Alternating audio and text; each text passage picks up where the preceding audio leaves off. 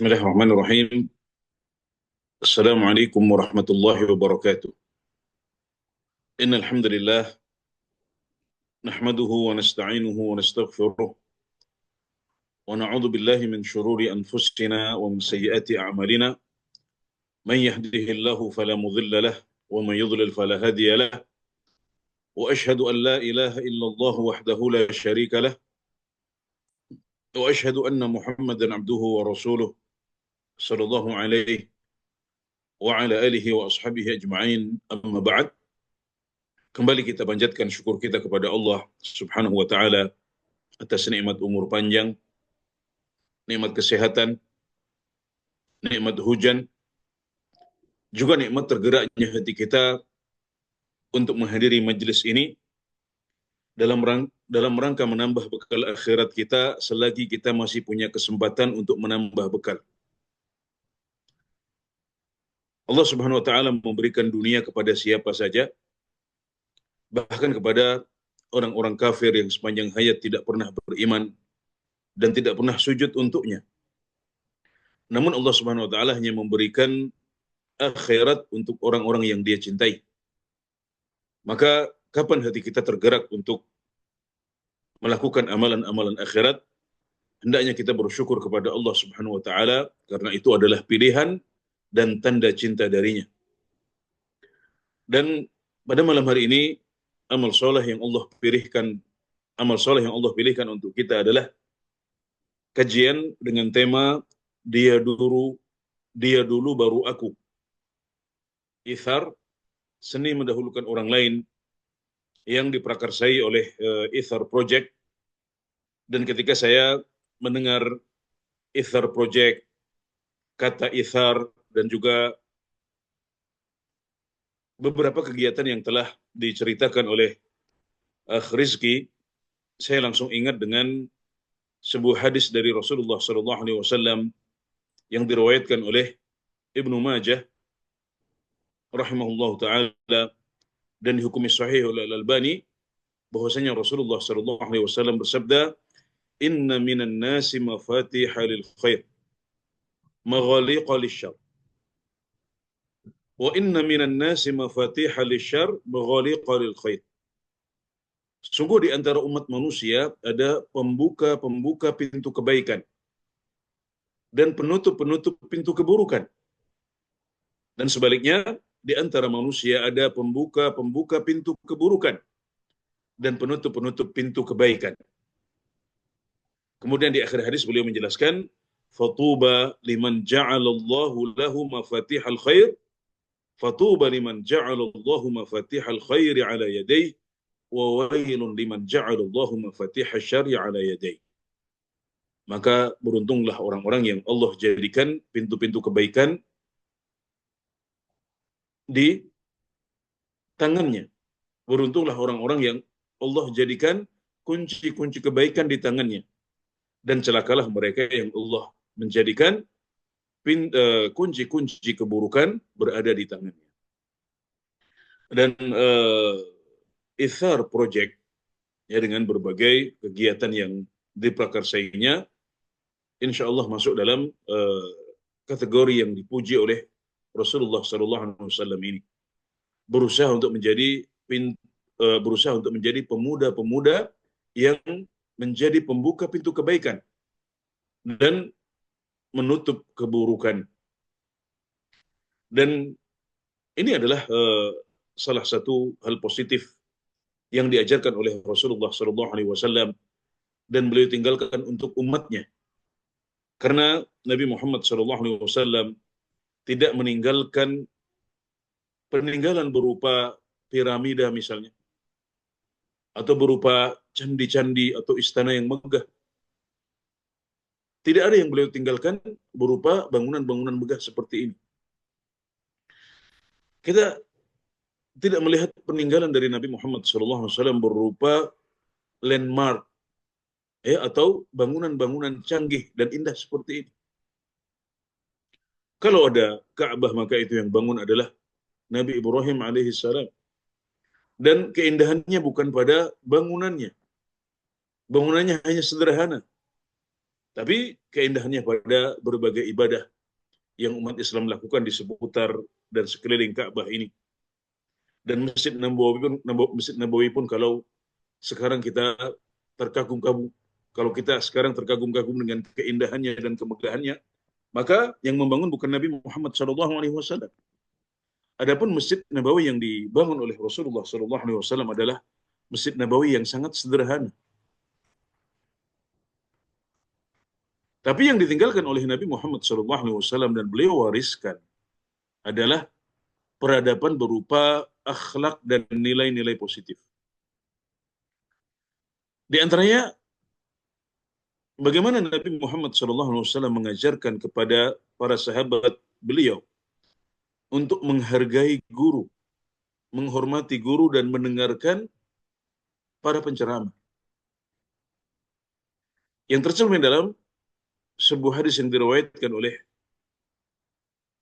At-Tirmidzi rahimahullahu taala dari Abdullah bin Mas'ud, beliau mengatakan, "Kana Rasulullah sallallahu alaihi wasallam idza istawa 'ala al-mimbar istaqbalnahu biwujuhina."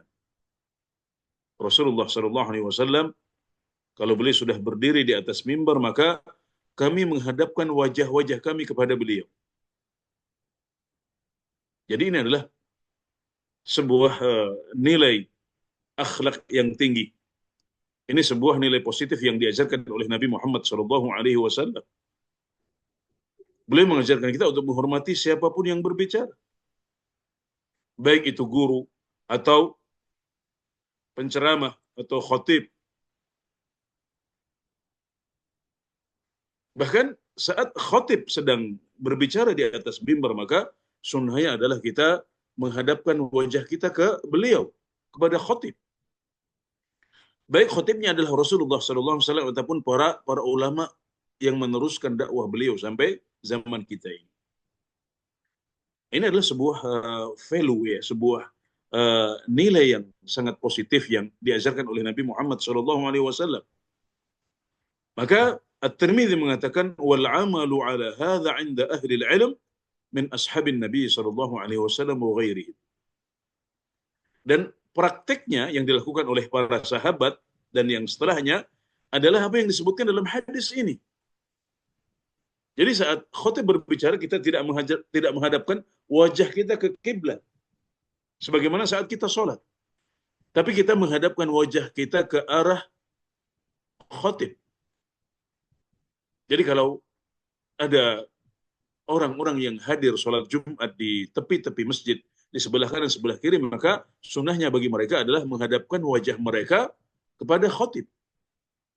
Jadi bukan menghadap ke arah kiblat. Untuk apa? Untuk memberikan penghormatan kepada khatib yang sedang berbicara. Sehingga dia merasa ucapan dia diperhatikan. Persiapan yang dia lakukan dalam menyampaikan khutbah tidak ditinggal tidur oleh para jamaah. Jadi mereka tidak berpaling, mereka memperhatikan. Apalagi tidur, ya. Seperti yang sering kita jumpai dalam khutbah-khutbah Jumat di masjid-masjid di Indonesia. Nah, itu tidak sesuai dengan praktiknya para sahabat, para tabi'in. Ya, Tirmidzi mengatakan para sahabat dan tabi'in dan yang setelah mereka menganjurkan dan menyukai, ya, untuk menghadapkan wajah-wajah mereka kepada imam saat imam sedang khutbah. Dan ini adalah pendapat Sufyan ats-Tsauri, juga pendapat Syafi'i, Ahmad, dan Ishaq, kata beliau. Jadi praktek ini adalah praktek yang umum ditemui di masjid-masjid umat Islam sepanjang zaman. Sebuah praktek yang kelihatan sederhana, namun mencerminkan sebuah peradaban yang sangat tinggi, yang diakui oleh dunia sebagai peradaban yang paling sukses dan berhasil. Dan peradaban ini tidak menghasilkan piramida-piramida yang megah, candi yang indah, atau istana yang mewah. Dan ternyata rahasia peradaban yang paling sukses sepanjang sejarah ini adalah peradaban berupa akhlak dan nilai-nilai yang positif. Termasuk dalam hal ini adalah ithar. Ya, ajaran Nabi Muhammad SAW berupa ithar. Nah, Kita akan coba kupas apa itu ithar, apa artinya, apa dalilnya dari hadis dan dari Al-Quran, kemudian apa saja contoh-contohnya, bagaimana praktiknya pada zaman Nabi Muhammad SAW. Apakah ithar itu semuanya dianjurkan atau ada ithar yang diharamkan atau makruh. Nah, kemudian apa buah yang bisa kita petik kalau kita mengamalkan ithar dalam kehidupan kita sehari-hari. Ya, jadi ini adalah beberapa hal yang ingin kita kupas dalam kajian kita pada malam hari ini. Para hadirin yang dirahmati Allah Subhanahu wa taala, ya, ithar secara etimologi atau secara bahasa artinya adalah mendahulukan, memilih dan menguasai. Jadi kata ithar ini satu asal kata dengan kata atharah. Ya, dalam beberapa hadis tentang ketaatan kepada waliul amr, yang artinya adalah para pemimpin yang diktator, yang mementingkan diri mereka dan menguasai segalanya untuk diri mereka atau untuk keluarga mereka. Yang oleh Nabi Muhammad SAW kita diperintahkan untuk tetap dan patuh kepada pemimpin yang atharah atau yang diktator seperti ini. Nah, jadi menguasai juga termasuk salah satu arti ithar secara bahasa. Adapun secara istilah atau terminologi, ithar artinya adalah mendahulukan orang lain atas diri sendiri dalam meraih suatu manfaat atau menghindari suatu bahaya. Kita semuanya eh, tentunya ingin untuk bisa mendapatkan manfaat-manfaat atau benefit-benefit.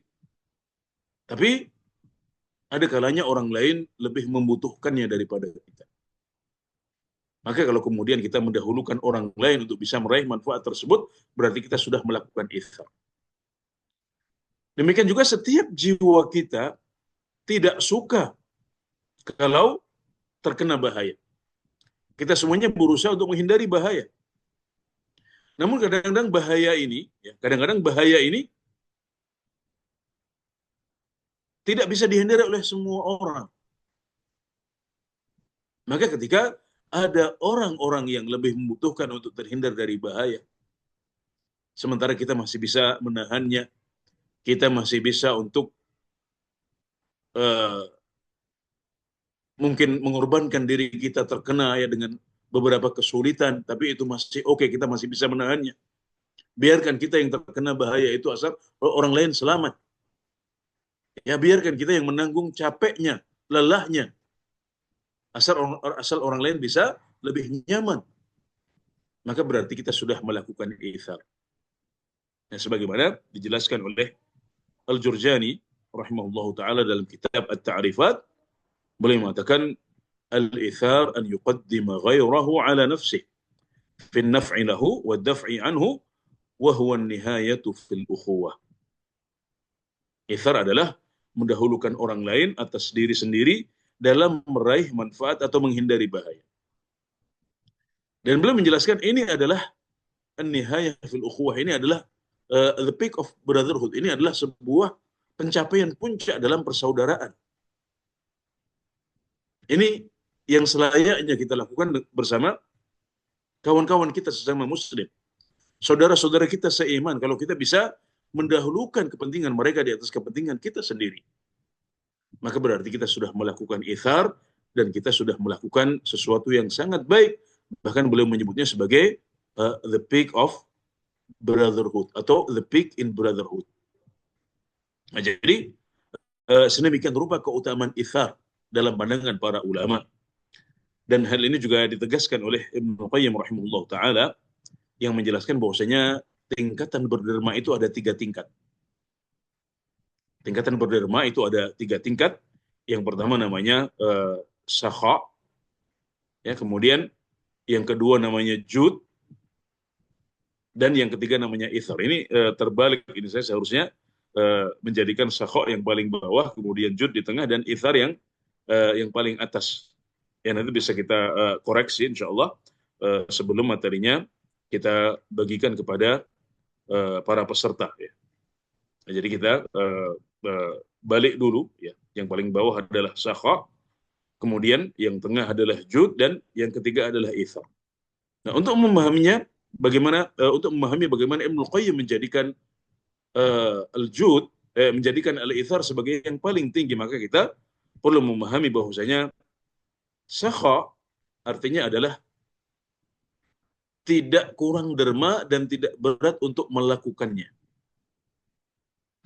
Jadi ketika seseorang sudah melakukan derma atau infak atau sedekah secukupnya, dia sudah melakukannya, dia tidak berat untuk melakukan derma itu, maka berarti dia sudah mencapai level sakha.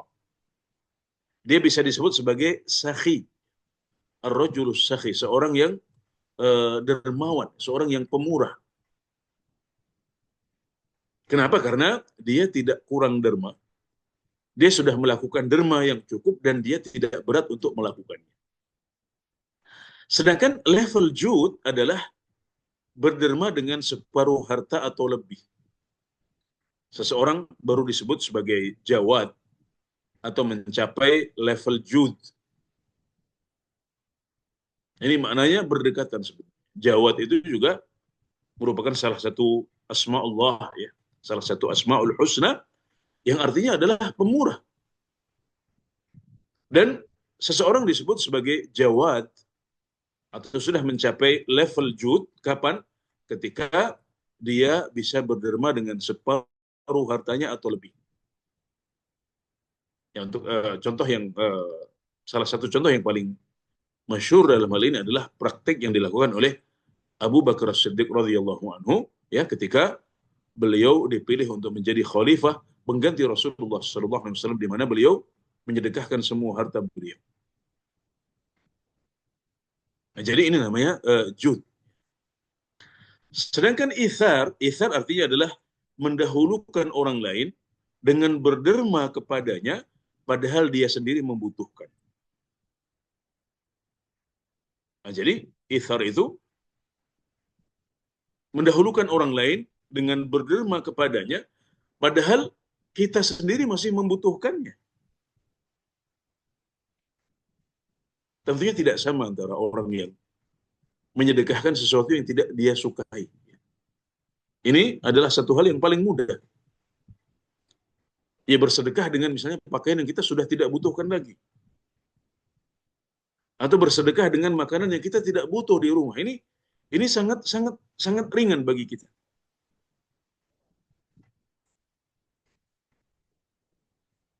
Yang lebih sulit adalah bersedekah dengan sesuatu yang kita cintai. Bersedekah dengan pakaian atau kendaraan atau makanan yang kita senang untuk menikmati semua itu. Kita masih mencintainya, kita masih membutuhkannya.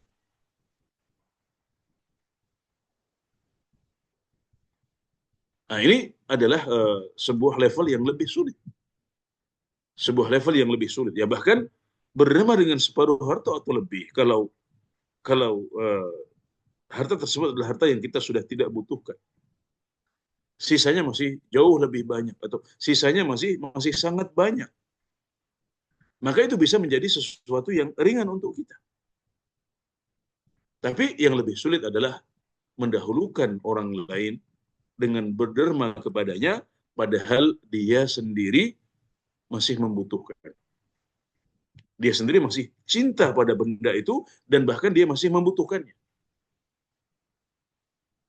Nah, maka ini adalah sebuah level yang sangat tinggi sebagaimana dijelaskan oleh Ibnu Taimiyah juga ketika beliau menjelaskan ya tentang firman Allah Subhanahu wa taala, "Lan tanalul birra hatta tunfiqu mimma tuhibbun." Kalian tidak akan mencapai kebaikan sampai kalian menafkahkan atau menginfakkan dari hal-hal yang kalian cintai. Atau juga sifatnya orang-orang yang beriman. Laisal birra an tuwallu wujuhakum qibala al-masyriqi wal maghrib. Bakti itu bukanlah dengan memalingkan wajah kalian kepada timur atau ke arah barat. Yang kemudian Allah menjelaskan bahwasanya di antara bentuk bentuk bakti adalah wa yut'imuna at'ama ala hubbihi dzawil qurba wal yatama wal masakin wa ibnas sabil. Mereka itu ya uh, memberikan makanan ala hubbihi padahal mereka masih mencintai makanan itu. Mereka masih membutuhkan makanan itu, tapi makanan itu kemudian mereka berikan kepada dzawil qurba. Wa yut'imuna at'ama ala hubbihi dzawil qurba wal yatama. Kepada para kerabat, kepada anak-anak yatim, kepada orang-orang miskin, juga kepada ibn sabil, kepada orang-orang yang kehabisan bekal di tengah jalan. Nah, ini semuanya menjelaskan kepada kita bahwasanya al-ithar adalah level yang paling tinggi. Nah, jadi kalau kawan-kawan yang terlibat dalam ithar project sudah melakukan hal-hal seperti ini, saya dengar mereka melakukannya misalnya dengan praktek di kendaraan umum, ya, mendahulukan orang lain dengan slogan dia dulu baru aku. Ya kalau masih ada orang-orang yang lebih membutuhkan, ya, orang-orang tua, para wanita, kemudian orang hamil dan lain sebagainya, kita berikan kepada mereka. Meskipun barangkali kita akan merasa kurang nyaman, ya, kita akan merasa lebih capek, kita juga butuh istirahat barangkali. Tapi kemudian kita mendahulukan orang lain. Maka ini adalah level tertinggi dalam berderma yang menurut Ibnu Qayyim, menurut Ibnu Taimiyah, juga menurut Al-Jurjani yang menyebutnya sebagai uh, an-nihayah fil ukhuwah, ya, the peak of brotherhood. Nah, dan ithar ini adalah satu value positif yang diajarkan oleh Nabi Muhammad SAW, ya, dan sudah dipraktekkan oleh beliau sendiri dan juga oleh para sahabat. Yang dalam Al-Quran, surat Al-Hasyr ayat 9, ini adalah dalil anjuran ithar yang paling masyhur. Ini adalah sebuah ayat yang memuji tentang kaum Ansar, di mana Allah Subhanahu wa taala berfirman, "Walladzina tabawwa'u ad-dara wal imana min qablihim yuhibbuna man hajara ilaihim wa la yajiduna fi sudurihim hajatan mimma utu wa yu'thiruna 'ala anfusihim walau kana bihim khasasah wa man yuqa syuha nafsihi fa ulaika humul muflihun." Dan mereka orang-orang yang sudah menempati kota Madinah dan mendapatkan iman sebelum mereka. Yuhibbuna man hajara ilaihim, mereka mencintai orang-orang yang hijrah ke kota Madinah. Wala yajiduna fi sudurihim hajatan mimma utu. Kemudian ini adalah syahidnya, ini adalah titik pendalilannya, yaitu ketika Allah berfirman, wa yu'thiruna ala anfusihim walau kana bihim khasasah. Dan mereka mendahulukan orang lain di atas diri mereka padahal mereka masih butuh. Padahal mereka juga adalah orang-orang yang miskin. Wa man yuqa syuha nafsihi fa ulaika humul muflihun. Dan barang siapa yang Allah lindungi dari kekikiran dirinya, maka mereka adalah orang-orang yang beruntung. Jadi ayat ini berbicara tentang kaum Ansar, yakni para penduduk Madinah yang asli, yang mereka kemudian dikunjungi oleh kawan-kawan mereka kaum Muhajirin yang ingin menetap bersama mereka.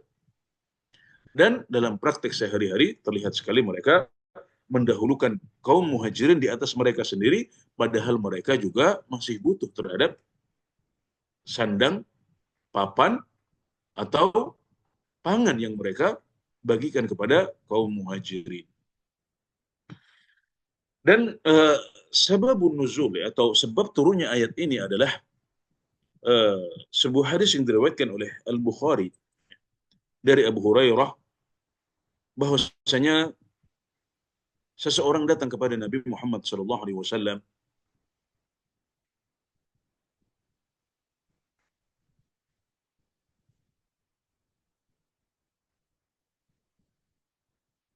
maka orang ini mengatakan kepada istri-istri Rasulullah SAW, mereka mendatangi Nabi Muhammad SAW.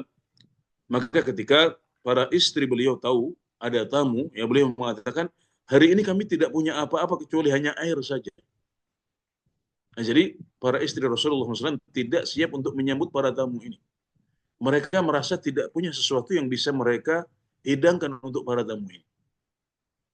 Maka kemudian Rasulullah SAW ya,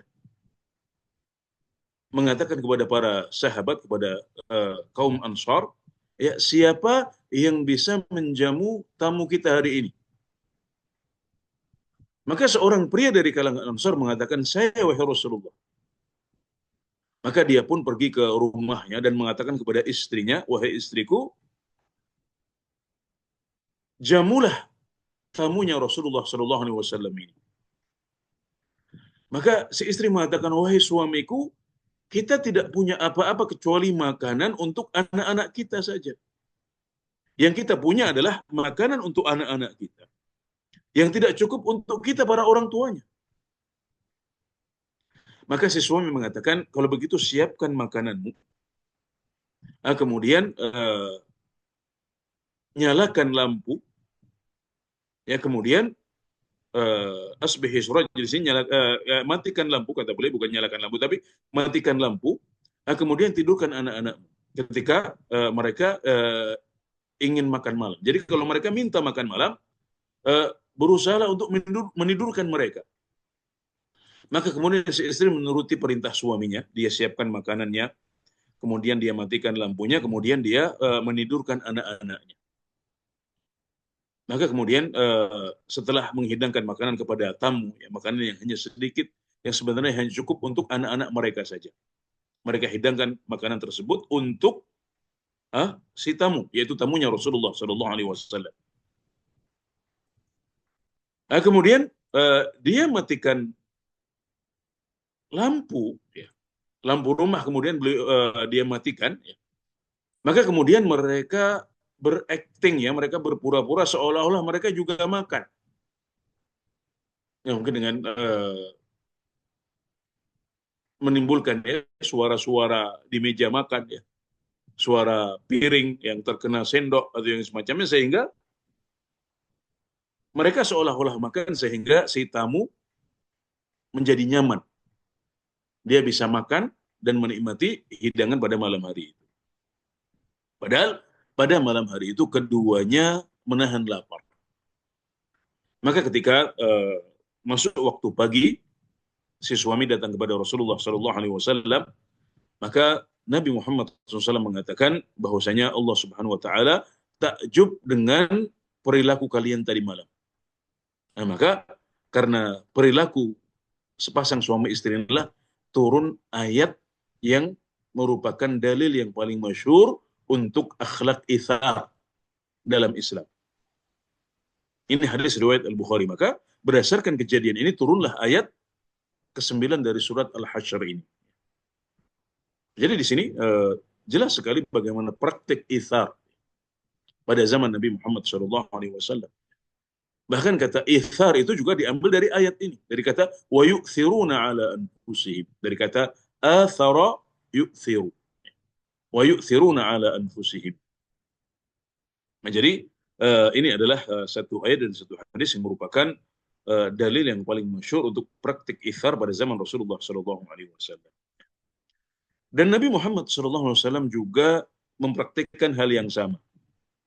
Ya, ketika suatu saat, ya, beliau punya sedikit makanan di rumah beliau, maka beliau undang Abu Hurairah radhiyallahu anhu. Ini juga hadis riwayat Al-Bukhari. Ya, jadi beliau mengundang Abu Hurairah dan memerintahkan kepada Abu Hurairah untuk mengajak yang lain. Bahkan di sini dalam riwayat ini disebutkan bahwasanya Abu Hurairah sempat mengeluh. Beliau sempat su'udzon, susu yang hanya sedikit, yang seharusnya aku lebih berhak untuk menikmatinya. Tapi ternyata kemudian Nabi Muhammad SAW mengundang banyak orang ke rumah beliau. Dan ternyata, ya, ini adalah salah satu mukjizat dan barokah, ya, bejana-bejana Rasulullah SAW dan makanan beliau. Ternyata susu yang sedikit itu cukup untuk semuanya.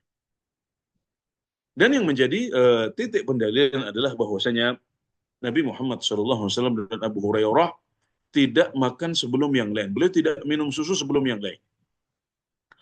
Beliau mengatakan, baqitu ana wa anta. Nabi Muhammad mengatakan, wahai Abu Hurairah, yang tersisa tinggal aku dan kamu. Saya dan Anda, kata beliau. Yakni setelah semua sahabat yang lain sudah menikmati minum susu di rumah Rasulullah SAW. Dan para sahabat ini adalah para sahabat ahlus suffah, yaitu orang-orang yang tidak punya rumah, yang membuat mereka akhirnya terpaksa menginap sehari-hari di Masjid Nabawi. Maka kemudian ketika tinggal tersisa mereka berdua, Nabi SAW mengatakan, kalau begitu duduklah dan minumlah. Maka kemudian Abu Hurairah minum. Dan ketika Abu Hurairah minum, maka yang terakhir minum adalah Rasulullah SAW. Jadi, Masya Allah, sebuah praktik yang indah yang juga sudah beliau praktikkan sendiri sebelum umat beliau. Dan kejadian yang mirip juga terjadi di rumah Jabir dan Abu Talha. Ketika mereka mengundang Nabi Muhammad SAW untuk makan, dan ternyata Nabi mengajak para sahabat yang lain. Bahkan dalam sebuah riwayat yang beliau ajak sampai 80 orang. Dan ternyata makanan yang cukup, alhamdulillah. Nah, kemudian di antara dalil yang sangat masyhur juga adalah yang sering kita dengar ya, tentang bagaimana para sahabat yang terluka dalam peperangan ya, mereka mendahulukan yang lain. Mendahulukan orang lain untuk bisa minum air. Ketika ada yang terluka diberi air ya, dia ingin minum, tapi kemudian dia mendengar teriakan dari samping. Sehingga akhirnya dia mengatakan, kalau begitu saudaraku dahulu. Sehingga akhirnya semuanya meninggal ya, karena masing-masing ingin mendahulukan orang lain. Dan ini terjadi dalam perang Yarmuk, sebagaimana disebutkan oleh Ibnu Katsir rahimahullah taala dalam kitab sejarah beliau yang bernama Al-Bidayah wan Nihayah. Ya, baik. Ada beberapa perincian dalam masalah ithar ini yang perlu kita perhatikan, yaitu bahwasanya para ulama menjelaskan tidak semua ithar diperbolehkan, apalagi dianjurkan. Ada ithar yang hukumnya haram, yaitu ithar dalam kewajiban agama. Maka tidak boleh bagi seorang muslim ya untuk mendahulukan orang lain dalam kewajiban-kewajiban agama, berupa haji yang wajib, umrah yang wajib, ya, sholat yang wajib atas dia. Dia harus mendahulukan dirinya di atas orang lain. Ya, jadi kalau kita mendahulukan orang lain dalam kewajiban-kewajiban agama, sehingga kita tidak bisa melakukan kewajiban itu, maka berarti ini hukumnya malah haram. Yang kedua adalah ithar yang makruh, yaitu ithar dalam hal-hal yang sifatnya sunnah. Jadi dalam ibadah-ibadah yang sifatnya sunnah, kita juga tidak boleh untuk mendahulukan orang lain. Hukumnya makruh, dibenci. Ya, jadi lebih baik kita meninggalkan ithar dalam ibadah-ibadah yang sifatnya sunnah. Kata para ulama, sebagian membolehkan untuk mendahulukan orang lain dalam ibadah-ibadah yang sunnah. Tapi pendapat yang lebih kuat adalah lebih baik kita meninggalkan ithar dalam ibadah-ibadah yang sifatnya sunnah, kecuali jika ada maslahat besar dalam melakukannya. Jadi kalau kita melihat ada suatu maslahat yang sangat besar, maka baru kita boleh untuk melakukan ithar dalam ibadah-ibadah yang sifatnya hanya sunnah. Ya, sebaiknya kita dahulukan diri kita dahulu. Jangan mendahulukan orang lain dalam ibadah-ibadah yang sifatnya sunnah ini, kecuali kalau kita melihat ada maslahat besar di sana. Nah, baru yang ketiga adalah ithar yang sifatnya mubah, yaitu ithar dalam perkara selain ibadah. Ithar dalam makanan, ya, ithar dalam minuman, ya, ithar dalam kenyamanan berkendara, ya, ithar dalam antrean, ini semua dalam urusan duniawi. Maka ini adalah ithar yang dibolehkan oleh para ulama, ya, bahkan sebagian besar kasusnya merupakan ithar yang sifatnya mustahab atau dianjurkan. Nah, jadi kita harus memahami ya, perbedaan antara tiga hukum ithar ini. Ada yang haram, ada yang makruh, dan ada yang mubah. Ya, baik, kemudian Untuk ithar yang terakhir, yaitu ithar yang terpuji, yaitu ithar yang boleh, dan ithar yang dianjurkan, juga para ulama menyebutkan ada beberapa syarat yang harus dipenuhi. Nah, jadi tidak selalu ithar itu terpuji, tidak selalu ithar itu kita lakukan. Ada kondisi-kondisi di mana kita tidak boleh melakukan ithar, termasuk dalam urusan duniawi. Yang pertama, hendaknya ithar tidak membuat pelaku ithar kehabisan waktunya. Jangan sampai karena ithar, kemudian kita akhirnya kehilangan waktu, padahal kita punya kewajiban yang harus kita lakukan setelah itu.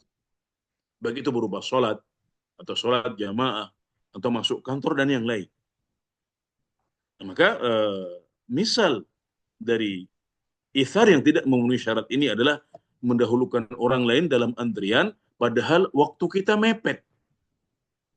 Nah, kita harus pertimbangkan, jangan kalau waktunya mepet, yang membuat kita nanti akhirnya melanggar suatu kewajiban atau meninggalkan kewajiban kantor kita, maka nggak masalah. Dalam kondisi itu kita mendahulukan diri kita dahulu.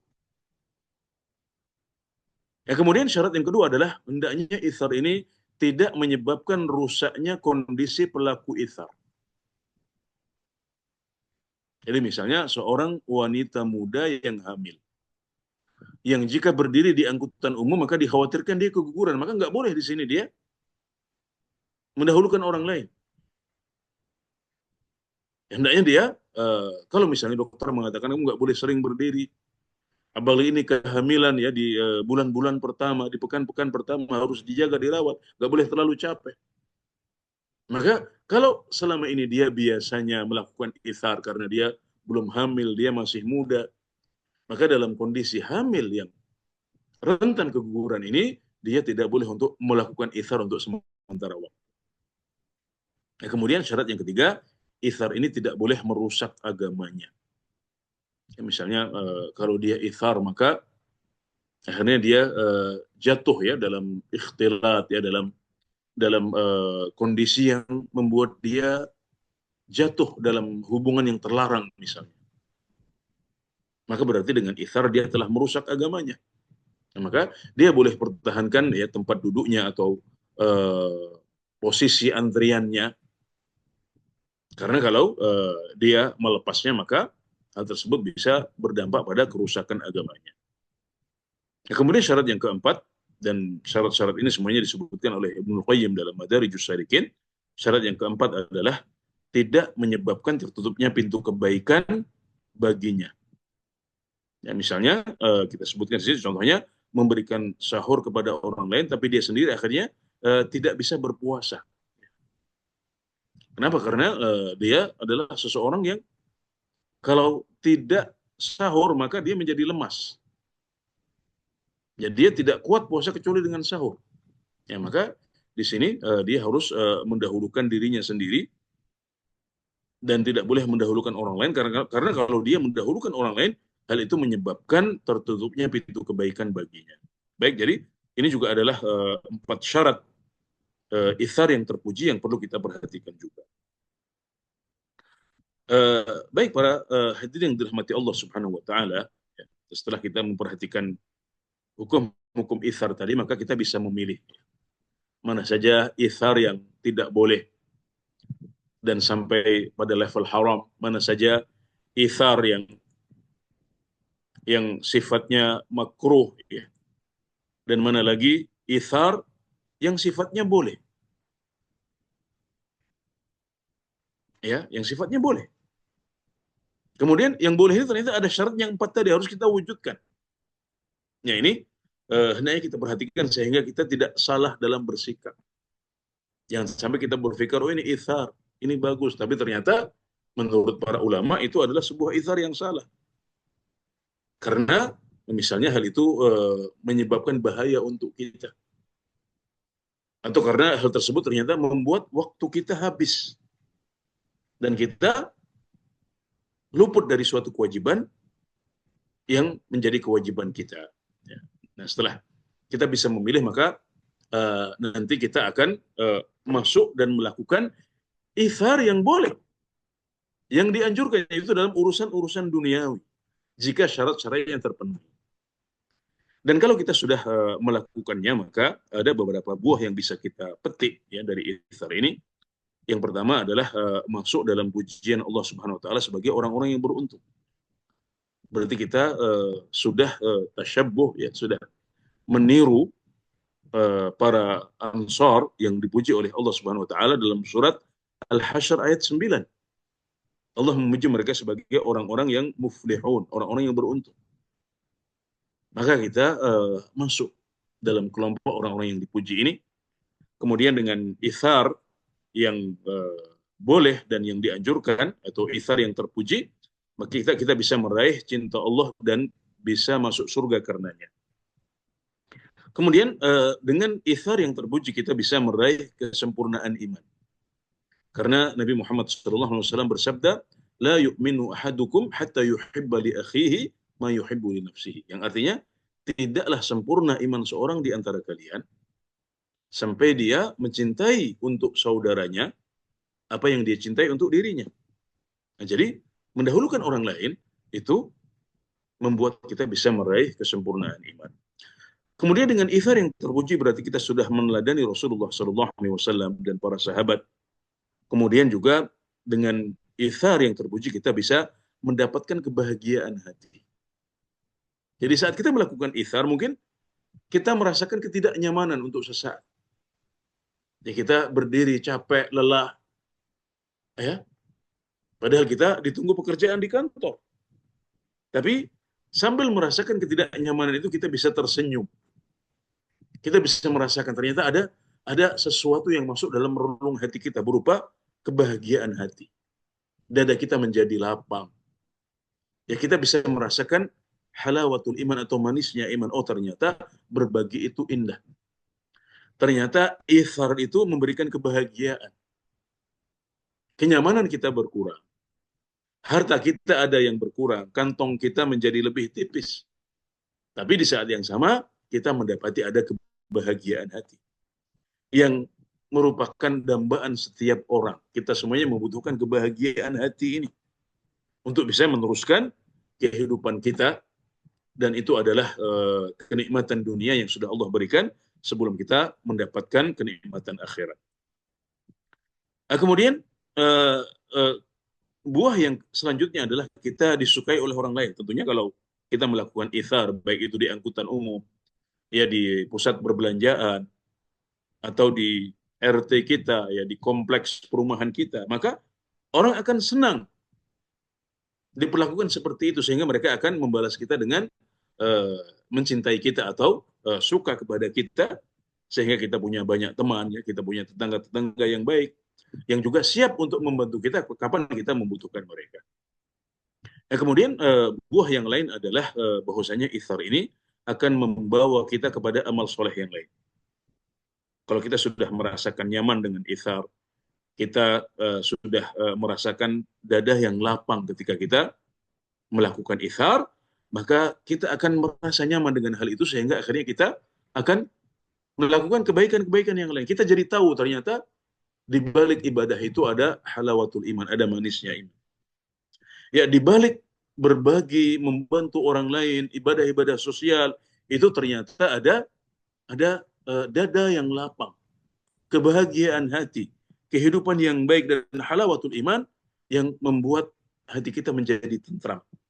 Kita menjadi bahagia di dunia sebelum di akhirat, sehingga kita terdorong untuk memperbanyak amalan-amalan soleh yang lain untuk bisa mendapatkan kenikmatan yang sama, yaitu halawatul iman di dunia sebelum di akhirat.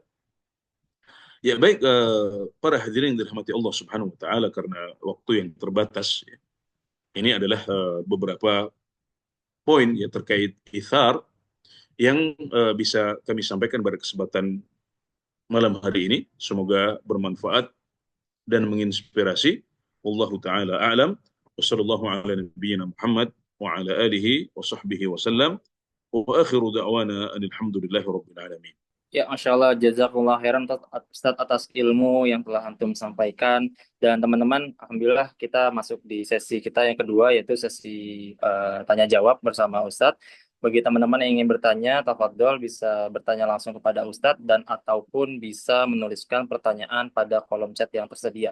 Baik, Ustadz, sudah ada pertanyaan masuk, pertanyaan tertulis dari Ukti Gaitsa. Ustadz izin bertanya, bagaimana jika kita tidak rela jika melihat orang lain sukses duluan atau semacam meraih achievement kecil yang kita rasa seharusnya itu untuk kita, Ustadz, bukan untuk orang lain. Mohon penjelasannya dan saran atau solusi. Barakallahu fikum, Ustadz. Ya, baik. Untuk pertanyaan ini kita bisa berikan jawabannya dengan mengembalikannya kepada eh, hukum-hukum ithar yang telah dijelaskan oleh para ulama. Dan tadi penjelasan tentang ithar yang haram, ya, kemudian ithar yang makruh dan ithar yang boleh bahkan mustahab, itu saya nukilkan dari faedah yang disampaikan oleh Syekh Muhammad bin Salih Al-Utsaimin dalam kitab Syarah Riyadhus Shalihin. Jadi bisa kita kembalikan kepada pembagian tersebut atau klasifikasi tersebut. Jadi kalau pencapaian atau achievement-nya berupa ibadah kepada Allah Subhanahu wa taala, baik berupa ibadah yang wajib atau ibadah yang sunnah atau mustahab, maka kita tidak boleh mendahulukan orang lain. Tidak boleh mendahulukan orang lain untuk bisa haji duluan atau sholat jamaah di shaf pertama sementara kita harus mundur ke belakang, ya, atau hal yang sifatnya sunnah, ya, untuk misalnya melakukan umroh bagi yang berpendapat umroh hukumnya sunnah saja, atau umroh yang kesekian kali kalau kita berpendapat umroh itu wajib, kita tidak boleh mendahulukan, mengalah kepada orang lain. Tapi alhamdulillah kalau untuk umroh itu ya peluangnya besar. Kalau kita nggak bisa berangkat melalui travel A, kita bisa berangkat pada travel B. Waktunya sepanjang tahun. Tapi untuk haji misalnya, ya, kalau kita boleh mengalah ya kepada orang lain pada hajinya wajib, maka ini nggak boleh. Ya. Adapun kalau yang ditanyakan adalah terkait dengan urusan-urusan duniawi, ya, prestasi-prestasi duniawi, prestasi di sekolah, ya, prestasi eh, di kampus dan yang lainnya, maka ini adalah hal-hal yang di dalamnya kita boleh untuk melakukan itsar. Kita boleh untuk mendahulukan orang lain. Bahkan dianjurkan, ya. Tidak perlu terlalu ngotot, ya, untuk misalnya untuk menjadi yang pertama dalam hal tersebut, untuk dicatat dalam sejarah sebagai yang tercepat, terini, teritu, ya. Ya, dan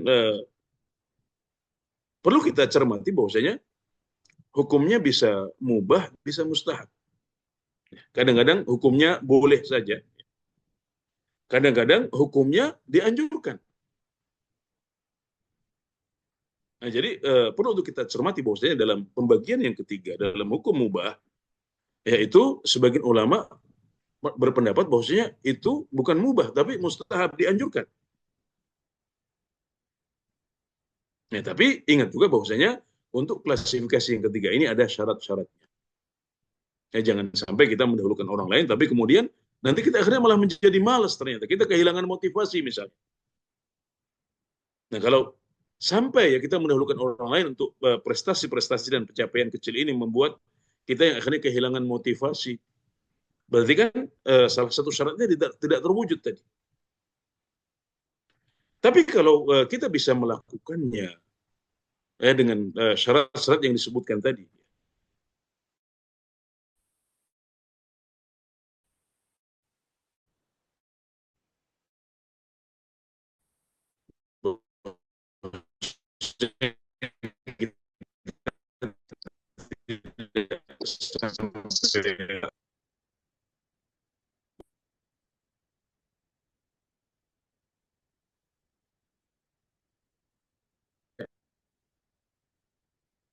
ya, karena alhamdulillah maka kita akan merasakan bahwasanya ternyata ketika ada kawan kita, lalu kita dalam pencapaian-pencapaian itu, ternyata itu membuat kita ikut gembira, alhamdulillah. Karena hati kita sudah tertata. Kita melihat teman-teman di sini sudah pernah merasakannya. Oh, ternyata melihat sukses orang lain yang kita bantu itu membuat kita bahagia juga. Nah, jadi untuk menjawab pertanyaan ini kita bisa kembalikan kepada pembagian ithar atau hukum ithar yang 3 tadi. Kemudian juga memperhatikan apakah 4 syarat yang disebutkan oleh Ibnu Qayyim terwujud dalam ithar yang mubah yang akan kita lakukan dengan mengalah kepada orang lain dalam urusan duniawi. Nah, kalau ada salah satu syarat saja yang tidak terwujud, ya misalnya dengan mengalah kepada orang lain ternyata kita akhirnya malah diri kita tidak siap. Akhirnya kita malah kehilangan motivasi misalnya. Maka di sini berarti kita yang terbaik untuk kita adalah mendahulukan diri kita biar motivasi kita tetap terjaga. Nah, mungkin dengan pertimbangan fastabiqul khairat, berlomba-lomba dalam kebaikan, mengejar ranking di sekolah. Ya, kita bisa kejar itu. Berarti yang terbaik adalah kita tidak mengalah. Tapi kadang-kadang ada kondisi-kondisi tertentu di mana yang terbaik adalah kita mengalah dan tidak perlu terlalu fokus dengan urusan-urusan seperti itu karena itu hanya prestasi sesaat saja yang kemudian di dunia kerja setelah kita lulus nggak ada yang mengingat lagi ya, nggak ada yang memperhatikannya lagi. Ya, bahkan bisa jadi kita yang lebih terlambat selesainya, kita yang lebih dahulu bekerja, atau kita yang lebih manfaat ilmunya dan lain sebagainya. Nah, jadi silahkan dicek kembali pembagian hukum ithar yang telah dijelaskan oleh para ulama kita. Wabillahi taufik. Ya, tapi Ustaz, jazakumullah khairan. Ustaz, ada pertanyaan berikutnya dari Ukti Haifa Nafisah. Bismillah Ustaz, izin bertanya. Berarti itsar ini kita memang harus betul-betul ikhlas memurnikan hati kita hanya mengharap pada Allah. Karena ada istilah juga people pleaser Ustaz. Atau yang biasa disebut berusaha menyenangkan orang lain Ustaz. Atau nggak enakan. Nah, keduanya ini berbeda ya Ustaz. Ya, demikian Ustaz. Syukran. Iya, jadi iya, masalah hati ya, masalah kita ada iri dengki pada orang lain, ya. Atau kita mengalah hanya karena ingin menyenangkan orang lain dan kita tidak mengharapkan pahala dari Allah Subhanahu Wa Taala, ya maka ini adalah hal yang perlu kita perhatikan juga. Jadi saya jadi teringat ada satu poin di pertanyaan yang sebelumnya yang perlu kita perlu garis bawahi juga, yaitu bahwasanya iri ya, kepada orang lain ini tidak baik untuk hati kita.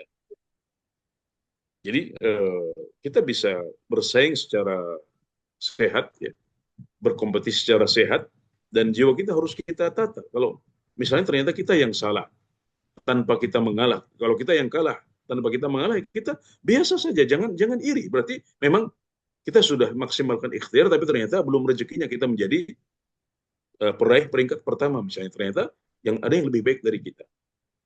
Nah, jadi bisa jadi dia mencapai peringkat pertama itu tanpa kita mengalah atau dengan kita mengalah. Tapi apapun yang terjadi kita tidak boleh iri kepada dia. Nah, demikian juga dalam pertanyaan yang kedua ini kita perlu memperhatikan keikhlasan hati kita, yaitu bahwasanya dalam ithar ini ya kita memang kita menyenangkan orang lain. Tapi bukan berarti kita tidak ikhlas dalam hal ini. Kita bisa menggabungkannya. Ya, kita menyenangkan orang lain, tapi bukan karena ingin dipuji oleh orang tersebut. Kita mengalah, misalnya memberikan kursi kita kepada orang lain, bukan karena ingin dipuji oleh orang tersebut, tapi untuk apa? Untuk meraih pahala di sisi Allah Subhanahu Wa Taala. Nah, di sini ada yang salah ya. Kalau sampai kita ya, memberikan kursi kita misalnya di angkutan umum ya, kepada orang lain agar dipuji oleh orang tersebut, berarti kita sudah jatuh dalam riya, sia-sia berarti. Nah, jadi ini adalah poin yang penting juga untuk diingat ya, dan diberikan catatan bahwasanya kita membantu orang lain bukan untuk dipuji oleh dia. Nah, kita harus tepis ya, kita harus tepis niatan tersebut karena itu adalah riya. Berarti kita ingin dipuji oleh orang lain. Maka hendaknya niat kita adalah menyenangkan dia, ithar ya, dengan niat meneladani Rasulullah Sallallahu Alaihi Wasallam dan juga menjalankan pujian Al-Quran ya, berupa ithar kepada orang lain. Tapi niatnya adalah karena Allah Subhanahu Wa Taala. Kita mengharapkan pahala dari Allah Subhanahu Wa Taala. Dan kalau kita terpleset di sini maka bisa membuat ithar kita sia-sia. Karena semua amal soleh itu syaratnya adalah untuk bisa diterima oleh Allah Subhanahu wa taala syaratnya adalah ikhlas dan menjalankannya sesuai dengan teladan Rasulullah Shallallahu alaihi wasallam. Ya, baik Ustaz, pertanyaan berikutnya dari Arif Mustafa. Assalamualaikum Ustaz, Assalamualaikum. Afwan Ustaz izin bertanya, jika kita sedang baca Al-Quran, lalu tiba-tiba ada teman yang minta disimakkan hafalannya. Apa yang harus kita lakukan? Apa harus disimak hafalan teman kita tersebut? Ya, syukran, jazakallah ya. Ya. Ya, kalau kita bisa menggabungkan antara keduanya, ya. Jadi waktu kita longgar, kita nggak sedang dikejar target, ada yang minta disimakkan, ya alangkah baiknya kalau kita bisa memenuhinya. Ya. Mungkin waktu kita akan sedikit tersita, tapi kita menyenangkan orang lain, kita membantu dia. Ya, kemudian juga kalau kita melakukan dengan tulus, maka kita hitung-hitung sambil murojaah juga. Maka berarti di sini yang terbaik adalah kita mengalah, kita ithar, ya, kita ada target sebenarnya, tapi masih oke lah, masih ada waktu untuk mengejarnya. Nah, tapi ya kalau misalnya kita sedang dikejar nih, kalau kita nggak fokus pada hafalan ini, ya, maka nanti kita yang dimarahi oleh ustadz atau ustadzah. Kita yang akhirnya kehabisan waktu, karena waktu satu-satunya adalah sekarang. Ya, nanti setelah ini kita akan ada kesibukan lain, nggak ada waktu untuk menyelesaikan hafalan kita misalnya. Maka di sini kita boleh untuk mengatakan kepada saudara kita, maaf ya, ini saat ini saya sedang ngejar target ini. Boleh nggak nanti nyimaknya setelah saya selesai menghafal dulu? Atau nanti siang, atau nanti sore. Kita sampaikan dengan baik-baik. Dan dia akan paham insya Allah. Jadi ithar ini bukan suatu kewajiban. Ya. Kita lihat tadi kalau melihat peta ya, hukum yang diberikan oleh Syekh Utsaimin, ya, bahkan nggak ada yang sampai level wajib. Yang ada itu ithar yang haram, kemudian ithar yang makruh, kemudian ithar yang mubah, yang kadang-kadang menjadi mustahab. Jadi nggak ada yang wajib di sini. Nah, maka dengan mudah kalau kita memang waktu kita nggak ada, kita sampaikan kita sedang nggak bisa. Ya. Bahkan kalau kita tetap memaksakan ithar padahal waktu kita mepet, berarti kita sudah salah prioritas. Kenapa? Karena untuk melakukan ithar yang terpuji dari syaratnya adalah apa? Kita hal tersebut tidak membuat kita kehilangan waktu kita. Nah, maka catatan-catatan atau syarat-syarat yang disebut oleh Ibnu Qayyim ini penting untuk kita perhatikan. Dan bisa jadi apa yang kita praktikkan selama ini salah. Kita mengira itu ithar, tapi itu adalah ithar yang tidak terpuji. Ithar yang tidak memenuhi syarat. Nah, maka silahkan ditimbang seperti apa kondisi yang dihadapi, kemudian kita bisa memberikan hukumnya sesuai dengan penjelasan para ulama yang sudah kita sampaikan tadi. Ya, tapi Ustaz, mungkin pertanyaan terakhir dari Umi Sabirah. Bismillah, Assalamualaikum warahmatullahi wabarakatuh. Assalamualaikum. Izin bertanya Ustaz, bagaimana cara mengikhlaskan sesuatu yang di mana kita sudah mengalah kepada seseorang, ternyata kita dizolimi oleh orang tersebut. Dan terkadang saya berusaha berpikir positif, namun mungkin saya juga punya salah ke dia, sehingga dia seperti itu ke saya. Dan terkadang satu sisi kalau tiba-tiba keingat masih terasa sakit karena sudah dizolimi seperti itu. Bahkan si orang itu tidak merasa bersalah, malah playing victim, Ustaz. Mohon saran dan solusinya, jazakumullah khairan. Ya, baik. Jadi yang ditanyakan ini sebenarnya bukan ikhlas ya. Kalau ikhlas itu kan artinya kita beribadah dengan mencari ridha Allah Subhanahu wa taala semata. Jadi ikhlas dalam pertanyaan ini maksudnya adalah merelakan sebenarnya. Merelakan atau rela itu identik dengan ridho. Ya. Jadi sebenarnya yang ditanyakan adalah bagaimana kita merelakan atau meridhokan. Ya. Ridho dengan sikap orang yang kita sudah mengalah kepadanya, tapi kemudian ternyata dia malah berbalik zalim dan playing victim. Ya, jadi ini bukan tentang ikhlas tapi tentang ridho. Nah, saat kita sudah melakukan suatu amalan termasuk ithar ini, ya, maka ingat bahwasanya kita tidak akan lepas dari ujian. Nah, kalau kita sudah berbuat baik kepada orang lain, tapi ternyata dia malah membalasnya dengan keburukan atau kezaliman, ya, maka ini adalah ujian bagi kita untuk menghadapinya. Dan musibah-musibah atau masalah-masalah seperti ini, yang wajib bagi kita dalam menghadapinya adalah bersikap sabar. Sabar itu artinya tidak keluar kata-kata yang buruk, ya. Tidak keluar kata-kata yang tidak keluar kata-kata yang buruk, dan juga tidak boleh keluar aksi-aksi yang dilarang. Itu definisi sabar. Jadi kalau kita sabar dengan tidak keluar kata-kata yang buruk atau aksi yang dilarang, tapi hati kita masih sakit, itu sudah cukup. Berarti kita sudah sabar tapi belum ridho. Tapi alangkah baiknya kalau kita bisa ridho juga. Bisa ridho juga dengan mengatakan, oh saya juga ada unsur salah juga, ya maka kalau dia bersikap demikian, ya sudahlah, berarti impas. Atau mungkin saya disikapi seperti ini karena saya pernah berbuat dosa, dan ini sebagai hukumannya, maka ya sudah, impas juga. Ya, ridho, ini namanya ridho. Ridho itu berarti rasa sakitnya sudah hilang, meskipun orang mendolimi kita. Nah, kata para ulama, sabar itu wajib, ridho itu sunnah. Ini menunjukkan bahwasanya ridho itu adalah level yang lebih tinggi daripada sabar. Nah, maka ketika menghadapi masalah seperti ini, kita mau pilih yang mana? Dua-duanya boleh. Kita mau pilih sabar saja tapi tidak ridho, maka berarti kita sudah melakukan kewajiban kita, yaitu memilih level yang lebih rendah. Nah, tapi kalau bisa kita naik ke level yang kedua, itu level ridho. Level ridho yaitu dengan menghilangkan rasa sakit dalam hati kita.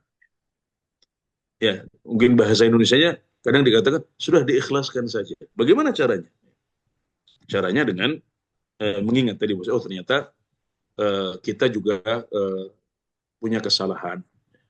Ada unsur salahnya dari kita juga, bukan dia saja yang salah. Atau kita melihat hal itu sebagai hukuman dari Allah untuk kita. Karena sebuah dosa yang pernah kita lakukan, maka kita berharap ya ketidaknyamanan ini akan membuat dosa kita diampuni oleh Allah Subhanahu wa taala. Atau dengan mengucapkan inna lillahi wa inna ilaihi raji'un. Ini mujarrad, ya. Mengucapkan inna lillahi wa inna ilaihi raji'un. Ya Allah, sudah saya bantu seperti itu, tapi kok malah mendolimi saya dan playing victim. Katakan inna lillahi wa inna ilaihi raji'un. Ini akan sangat membantu kita untuk bisa merelakan hal tersebut. Dan ingat dengan kebaikan yang Allah janjikan. Insya Allah di balik keridhaan itu akan ada banyak kebaikan yang bisa kita petik dan diberikan oleh Allah Subhanahu wa taala. Ya, jadi kita bisa milih apakah kita akan ada pada level sabar saja, atau kita bisa mengupgrade diri kita untuk bisa meraih level ridho, yang itu sebenarnya tidak wajib, tapi itu dianjurkan. Maka insya Allah dengan beberapa kiat ini kita akan bisa mewujudkan ridho ya dalam menghadapi kezaliman orang yang sudah kita bantu. Baik, Alhamdulillah teman-teman, kita sudah di penghujung kajian kita pada malam hari ini. Sebelum ditutup, mungkin kita bisa diberi intisari dan atau kesimpulan pada kajian malam hari ini. Barangkali ada teman-teman Ustadz yang telat masuk kajian pada malam hari ini. Barakallahu, tafadhol Ustadz. Ya, baik, hadirin para peserta kajian pada malam hari ini. Intisari dari kajian kita malam hari ini adalah bahwasanya ithar adalah salah satu akhlak Islam yang dianjurkan dan dicontohkan oleh Rasulullah SAW, dan maksudnya adalah mendahulukan orang lain atas diri sendiri dalam meraih suatu manfaat atau menghindari bahaya. Dan ithar itu ada yang hukumnya haram, yaitu ithar dalam ibadah-ibadah yang wajib. Kemudian ada yang sifatnya makruh, yaitu ithar dalam ibadah-ibadah yang sunnah. Sebaiknya kita menghindari ithar dalam ibadah-ibadah sunnah ini, kecuali kalau ada maslahat besar yang kita lihat bisa kita wujudkan dengan melakukan ithar padanya. Sedangkan yang ketiga adalah ithar dalam hal-hal yang selain ibadah. Jadi ithar dalam urusan duniawi. Dan ini adalah ithar yang mubah, bahkan dia adalah ithar yang mustahab atau dianjurkan dalam agama kita. Nah, yang penting untuk kita catat dalam ithar yang terpuji, yaitu ithar yang boleh, adalah hendaknya kita bisa mewujudkan syarat dalam melakukan ithar ini, yaitu tidak membuat pelaku ithar kehabisan waktunya, tidak menyebabkan rusaknya kondisi pelaku ithar, juga tidak merusak agamanya, dan tidak menyebabkan tertutupnya pintu kebaikan baginya. Jadi kalau satu saja dari 4 syarat ini tidak terwujud, maka berarti syarat yang mubah tadi hukumnya berubah, tidak mubah lagi. Kita tidak boleh melakukannya, dan hukumnya akan bergeser menjadi makruh atau bahkan menjadi haram untuk kita lakukan. Jadi ternyata iftar ini memiliki penjabaran hukum yang perlu kita perhatikan, sehingga jangan sampai kita salah persepsi menyangka bahwasanya iftar itu sesuatu yang terpuji untuk kita, tapi ternyata untuk kasus kita iftar tersebut menjadi sesuatu yang makruh, ya bahkan haram untuk dilakukan. Ya, semoga bermanfaat. Wallahu taala a'lam.